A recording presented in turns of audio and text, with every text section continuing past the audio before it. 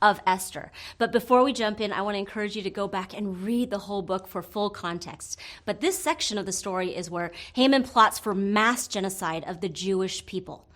Esther has just been crowned the new queen, and no one knows that she herself is of Jewish descent. So Mordecai, her cousin, pleads with her to do something to save her people. So with that in mind, let's read today's verse of the day, which comes from Esther 4:14, and here Mordecai is speaking. So he says this, "For if you keep silence at such a time as this, relief and deliverance will rise for the Jews from another quarter, but you and your father's family will perish." Who knows? Perhaps you have come to royal dignity for just such a time as this. For such a time as this. We were all created in this time, in this place, with our character and quirks, in the community that we are in for a purpose. We've been given ears to hear and a voice to speak to those in proximity to us. And Mordecai is reminding Esther that not taking action in this only means that God will use someone else from another quarter or from another place.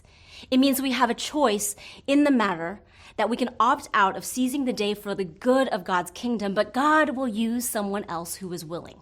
Now, I'm not saying that for us it will be as detrimental as people perishing in mass genocide, but we will miss out on the privilege of kingdom work that God has invited us into.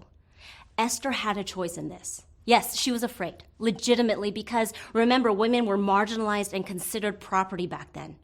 Esther could be killed simply for looking at someone the wrong way, but she had access to the king in a way no other person did, and she chose to use that privilege. No matter how limited we think we are, we still have the choice to act justly, love mercy, and to walk humbly for the good of God's kingdom. So friends, today, let's live for such a time as this.